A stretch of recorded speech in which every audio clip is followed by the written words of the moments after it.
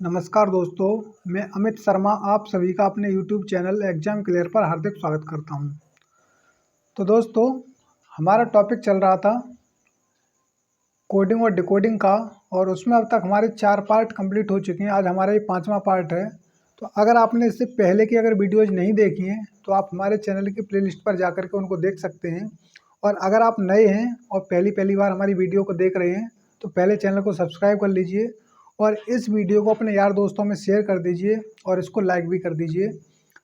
तो आइए दोस्तों, अब कोडिंग डिकोडिंग में आज हम अपना 5वां पार्ट पढ़ेंगे और आशा करता हूँ पहले वाले पार्ट आपने देख लिए होंगे और अगर नहीं देखे हो तो उनको देख सकते हैं आप। तभी आपको ये वाले पार्ट जो हैं आगे के वो समझ में आएंगे जब आप पिछले पार्टों को कंप्लीट कर लेंगे। तो हम इसमें कर रहे थे कुछ क्वेश्चंस को, कई टाइप के क्वेश्चन हम इसमें कर भी चुके हैं और भी क्वेश्चनों की हम प्रैक्टिस कर रहे हैं और आगे, क्योंकि इम्पोर्टेंट चैप्टर है और इसमें से हर एक एग्जाम में क्वेश्चन बनता ही बनता है। तो इस वजह से हम इसको इग्नोर नहीं करेंगे और इसको डिटेल में पढ़ते हुए जाएंगे। तो अगर आपका कोई भी एग्ज़ाम है, चाहे दिल्ली पुलिस का हो, चाहे एसएससी का हो, कोई भी आपका एग्ज़ाम हो, चाहे यूपी पुलिस हो, आप इसको ज़रूर पढ़िए क्योंकि हर एक एग्ज़ाम में यहाँ से क्वेश्चन बनता है। इंपॉर्टेंट टॉपिक है ये। तो आइए देखते हैं। तो आज का हमारा पहला क्वेश्चन है, किसी कूट भाषा में कैरी को XZIIV लिखा जाता है, उसी कूट भाषा में VRING को कैसे लिखा जाएगा। मैंने आपको बताया था कि जब भी कभी ऐसा क्वेश्चन दिखाई दे तो सबसे पहले हम यहाँ लिखा हुआ है कैरी, तो यहाँ पे लिखेंगे कैरी CARRY।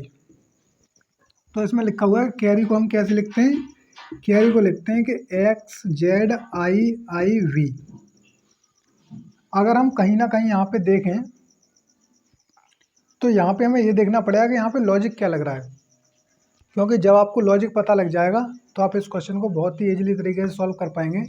तो इसने कहा है कि जिस तरह से कैरी का संबंध XZIIV से है, उसी तरह से ब्रिंग का संबंध किससे होगा, BRING। इसका संबंध उसने पूछा है कि किससे होगा। तो अगर आप यहाँ पे देख रहे हो तो आपको एक चीज़ समझ में आ रही होगी कि देखिए यहाँ पे लिखा हुआ है C और इधर आप जाएंगे तो यहाँ पे लिखा हुआ है X। तो C का X से क्या रिलेशन है। उसी तरह से अगर आप यहाँ पे देखेंगे तो यहाँ लिखा हुआ है Y और अगर आप इधर जाएंगे तो ये लिखा है V। तो कहीं ना कहीं एक चीज़ तो हमें यहाँ समझ में आ रही है कि ये जो है ये अपोजिट का यहाँ पे लॉजिक लग रहा है, क्योंकि Y का जो अपोजिट होता है वो होता है V और C का जो अपोजिट होता है वो होता है X। तो हमें ये तो क्लियर हो गया यहाँ से कि अपोजिट का लॉजिक यहाँ पे चल रहा है। और उसी तरह से अगर हम आगे देखें तो A का जो अपोजिट होता है वो होता है Z, R का अपोजिट देखें तो ये होता है I और इसी तरह से R का अपोजिट यहाँ पे भी I दिया हुआ है। कहने का मतलब ये है कि यहाँ पे अपोजिट का लॉजिक लग रहा है, इसी तरह से आप इनका भी अपोजिट कर दीजिए तो जो भी यहाँ पे आएगा वो आपका आंसर आ जाएगा। तो आइए देखते हैं इनका अपोजिट क्या होता है। तो B का अपोजिट क्या होता है, B का अपोजिट होता है Y। उसी तरह से R का अगर हम अपोजिट देखेंगे, V का क्या है, Y। अगर हम R के अपोजिट की बात करें तो R का अपोजिट क्या होता है, I। कैसे पता लगा मैंने आपको जब स्टार्टिंग में पहला पार्ट जब पढ़ाया था तब मैंने आपको बताया था कि हम किस तरह से इनके अपोजिट को फाइंड करते हैं या किस तरह से हम इनको ज्ञात करते हैं। मैंने आपको ट्रिक के जरिए से ही बताया था और वैसे ही मैंने बताया था कि आप इनको रट लीजिएगा तो आप बहुत ही आसानी से इसको फाइंड कर सकते हैं। तो मैंने आपको इसमें लिखवाया था कि SHIR करके लिखवाया था, SHIRT ऐसे करके सर्ट लिखवाया था। यहाँ पे आपने अगर पढ़ा होगा तो आपको ध्यान होगा कि इस तरह से हमने आपको लिखवाया था। तो I का अपोजिट R होता है, S का अपोजिट इस तरह से हमने आपको बताया था। तो यहाँ पे भी अगर हम देखें तो I के अगर हम अपोजिट की बात करें तो I का अपोजिट होता है R। इसी तरह से अगर N के अपोजिट की हम बात करें तो N का अपोजिट होता है यहाँ पे M। और अगर हम G का अपोजिट देखें तो G का अपोजिट होता है T। इस तरह से ये अपोजिट हो जाते हैं इसके और यही हमारा आंसर हो जाएगा। तो हमारा आंसर क्या आ जाएगा, हमारा आंसर आएगा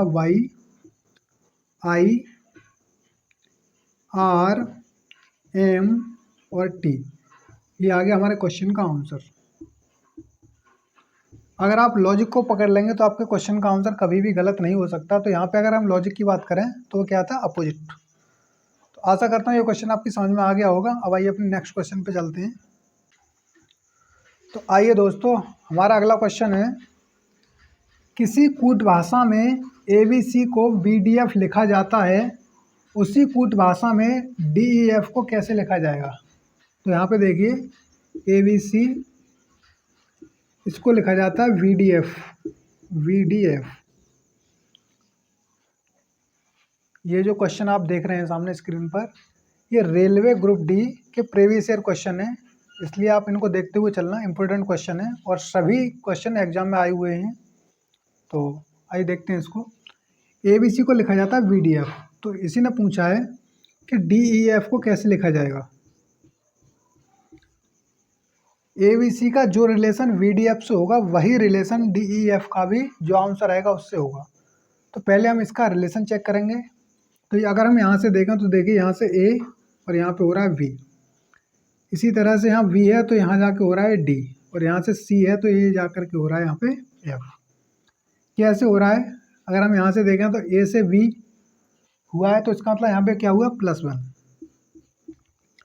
वहीं अगर हम B से D की बात करें तो यहाँ पे B के बाद में आता है C और C के बाद में आता है D, यानी कि यहाँ पे +2 हुआ है। इसी तरह से अगर हम C की बात करें, C से F हुआ है तो C के बाद में आती है D, D के बाद E और E के बाद F। कहने का मतलब है यहाँ पे +3 हुआ है। अब यहाँ पे हमें एक चीज़ समझ में आ रही है कि पहले +1 हुआ, फिर +2 हुआ, फिर +3 हुआ, यानी कि जो लॉजिक है वो हमारा बढ़ते क्रम में जा रहा है, क्रम से। उसी तरह से यहाँ पे भी वही लॉजिक लगेगा जो सेम यहाँ पे लगा था। तो यहाँ पे पहला क्या था, +1 था, तो D में अगर हम +1 करेंगे तो D के बाद क्या आता है, E, तो यहाँ पे आ जाएगा E। इसी तरह से फिर क्या था, +2, यानी कि E में अगर हम +2 करेंगे तो क्या आ जाएगा, तो E के बाद आता है F और F के बाद आता है G, यानी कि फिर दूसरा आएगा हमारा अक्षर G। इसी तरह से फिर आता है हमारा F, और F में हमें क्या करना है, +3। तो अगर हम F में +3 जोड़ेंगे तो F के बाद आता है G, फिर H और फिर I, यानी कि यहाँ पे आ जाएगा I। तो इस तरह से जो आपका आंसर हो जाएगा इस क्वेश्चन का वो हो जाएगा EGI, यानी कि EG और I, ये आ गया आपका आंसर। तो इस तरह से हम इस टाइप के क्वेश्चंस को सॉल्व कर लेते हैं। बहुत ही सिंपल क्वेश्चन है और आपकी समझ में आ भी रहे होंगे, ऐसा हमारा विश्वास है।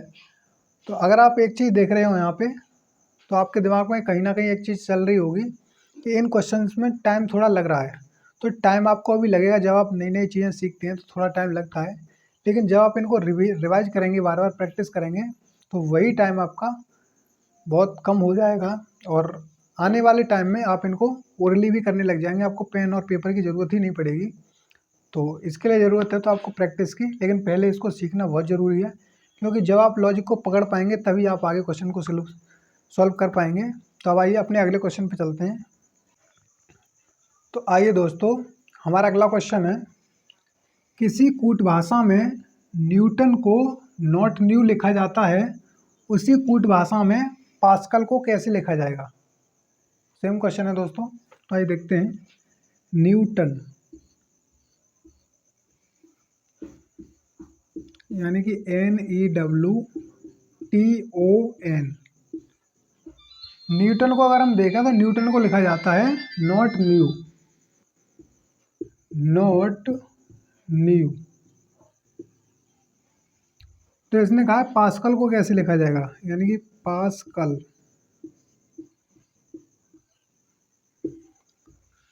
तो यहाँ से हम देखते हैं कि इसमें लॉजिक क्या है। तो सबसे पहले आप देख रहे होंगे न्यू यहाँ पे भी लिखा हुआ है और न्यू यहाँ पे भी लिखा हुआ है। कहने का मतलब पहले के जो 3 वर्ड हैं ये इसने पीछे पहुँचा दिए।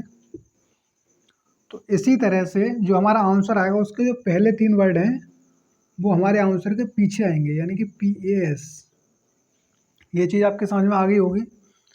अब यहाँ पे बचता है CAL। अब यहाँ से आप देखिए इसने क्या किया, जो लास्ट वाला अक्षर है उसको पहले लिखा है, फिर लास्ट से दूसरे वाले अक्षर को दूसरे नंबर पे लिखा है, और फिर लास्ट से थर्ड वाले को आगे से थर्ड वाले पे रखा है।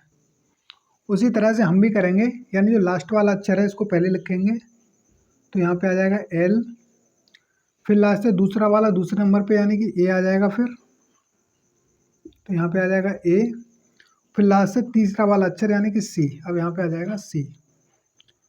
तो हमारा जो आंसर है वो आ जाएगा ये वाला LACPAS, ये आ गया हमारा आंसर, जो कि बिल्कुल राइट है। तो इस तरह से हमारा ये क्वेश्चन सॉल्व हो जाता है। अब आइए अपने अगले क्वेश्चन पे चलते हैं। तो आइए दोस्तों, हम अपने अगले क्वेश्चन पे चलते हैं। हमारा अगला क्वेश्चन है, किसी कूट भाषा में सिस्टम को सिस्मेट लिखा जाता है, उसी कूट भाषा में NEARER को AENRER लिखा जाए तो फ्रैक्शन को उसी कूट भाषा में कैसे लिखेंगे। दोस्तों इम्पोर्टेंट क्वेश्चन है, और ये क्वेश्चन रेलवे ग्रुप डी में लगभग 4 से 5 जून के अंदर एक ही साल में पूछा गया, यानी कि 2014 में इस क्वेश्चन को 4 से 5 जून में पूछा गया था, अलग अलग शिफ्ट में। तो हमारा इम्पोर्टेंट क्वेश्चन है, आइए देखते हैं इसको। तो यहाँ पे लिखा हुआ सिस्टम यानी कि YSTEM, सिस्टम को लिखा जाता है सिस्मेट यानी कि सिस्मेट। उसी तरह से अगर हम देखें तो NEARER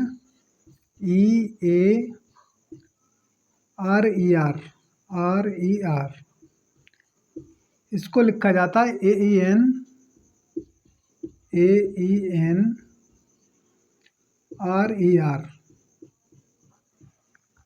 तो इसने पूछा कि फ्रैक्शन को हम कैसे लिखेंगे। फ्रैक्शन यानी कि FRACTION। तो यहाँ से हम देखेंगे, पहले लॉजिक पकड़ेंगे कि हाँ लॉजिक कौन सा लगाया उसने।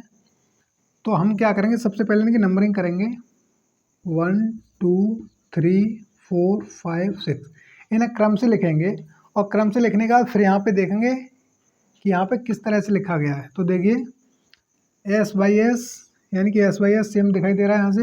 अब यहाँ से देखेंगे क्या ये लॉजिक लग रहा है। तो यहाँ पे अगर S/S है तो यहाँ पे भी NEA होना चाहिए था, लेकिन ऐसा नहीं है। तो कहने का मतलब क्या है कि इसने यहाँ पे ऐसे हम लिखेंगे 1 2 3 4 5 6। इसी तरह से हम सभी की नंबरिंग कर लेते हैं 1 2 3 4 5 6 7 और ये 8। अब यहाँ से अगर हम देखें तो देखो इसने क्या किया है, पहले ए लिखा है यानी कि 3 को पहले लिखा है, फिर इसने लिखा है ई यानी कि ई आता है दूसरे नंबर पे, तो फिर 2, फिर इसने 1 यानी कि एन लिखा है, तो एक एन पहले नंबर पे है तो वहाँ पे 1 हो गया वो। फिर आगे इसने क्या किया RER। अब देखिए RER एक तो ये हो जाता है 4 5 6 सीधे सीधे RER। अच्छा दूसरा फिर हम यहाँ से देखेंगे क्या ऐसा यहाँ पे भी हो रहा है। तो यहाँ पे अगर RER है तो इसी तरह से यहाँ पे भी TEM होना चाहिए था, लेकिन यहाँ पे क्या है MET।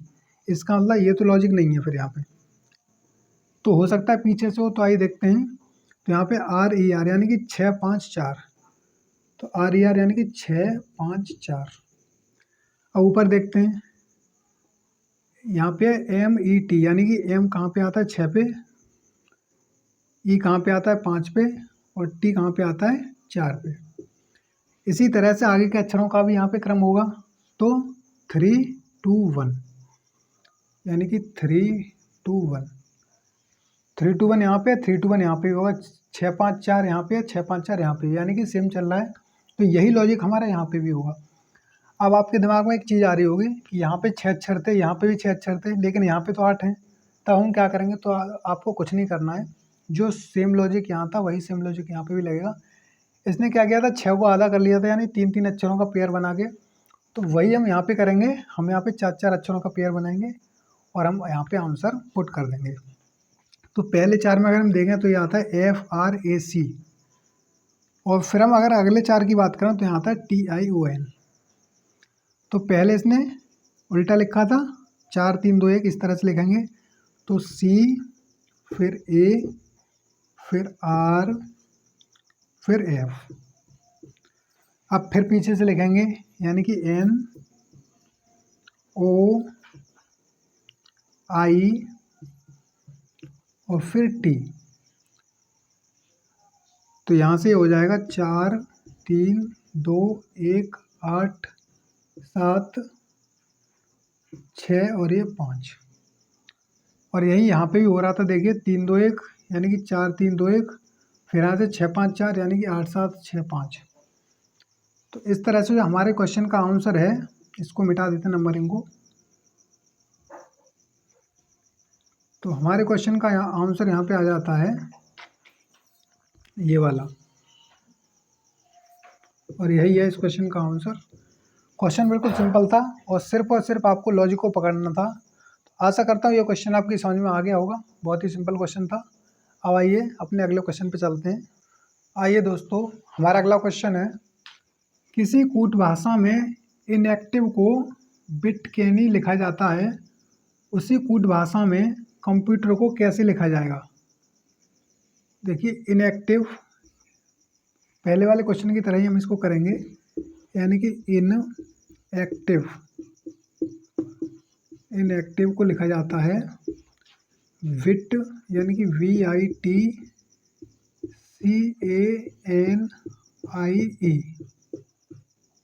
ये लिखा जाता है। तो इसने कहा है कि हम कंप्यूटर को कैसे लिखेंगे, यानी कि कंप्यूटर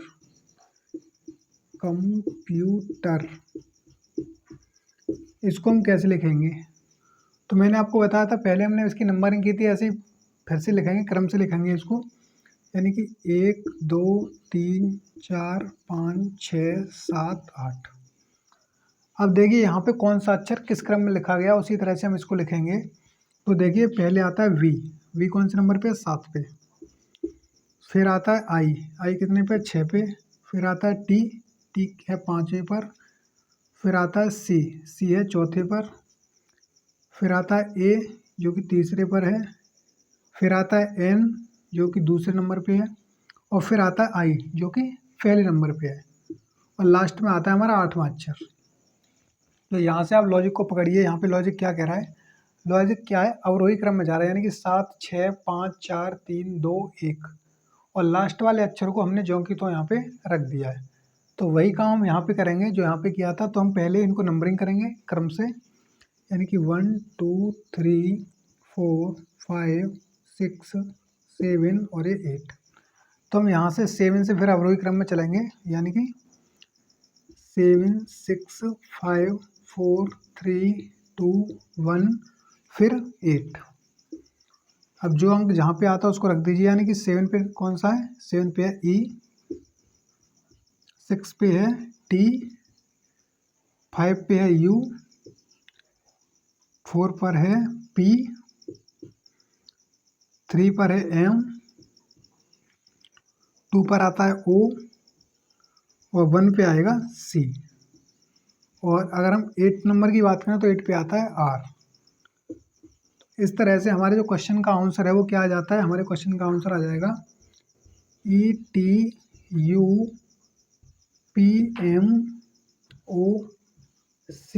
यानी कि ETUPMOCR, ये हो जाएगा हमारे क्वेश्चन का आंसर इस तरह से। तो आशा करता हूँ दोस्तों ये क्वेश्चन आपकी समझ में आ गया होगा, और ये भी आपके क्वेश्चन का ही आंसर है, एक ही है। मैंने इसको उठा करके यहाँ पे लिख दिया है, आंसर आपका यही है। तो आशा करता हूँ दोस्तों ये क्वेश्चन आपकी समझ में आ गया होगा। और इसी टाइप के बहुत सारे क्वेश्चन हैं इस बुक के अंदर, जो कि अगर आप चाहें तो इनको कर सकते हैं। सेम क्वेश्चन है, अगर आप यहाँ से इसको सीख लेंगे लॉजिक को, तो आप उन क्वेश्चनों को भी आराम से कर सकते हैं। तो दोस्तों आशा करता हूँ ये क्वेश्चन आपकी समझ में आ गए होंगे, और आज की जो भी क्लास थी वो आपको बहुत अच्छी लगी होगी। और अगर क्लास आपको अच्छी लगी हो तो इसको अपने यार दोस्तों में शेयर करें, वीडियो को लाइक करें, चैनल को सब्सक्राइब करें, और दोस्तों एक प्यारा सा कमेंट जय हिंद का ज़रूर लिखें। और जो भी आपका डाउट हो आप उस डाउट को यहाँ पे पूछ सकते हैं कमेंट के माध्यम से हमसे। और इसी तरह से दोस्तों पढ़ते रहिए, और वीडियो अच्छी लगी हो तो लाइक शेयर सब्सक्राइब और कमेंट करना मत भूलिएगा दोस्तों। तो इसी तरह से दोस्तों बने रहिए, और आगे भविष्य में आपके लिए इसी तरह से क्लास में चलाते रहेंगे। तो धन्यवाद दोस्तों, जय हिंद।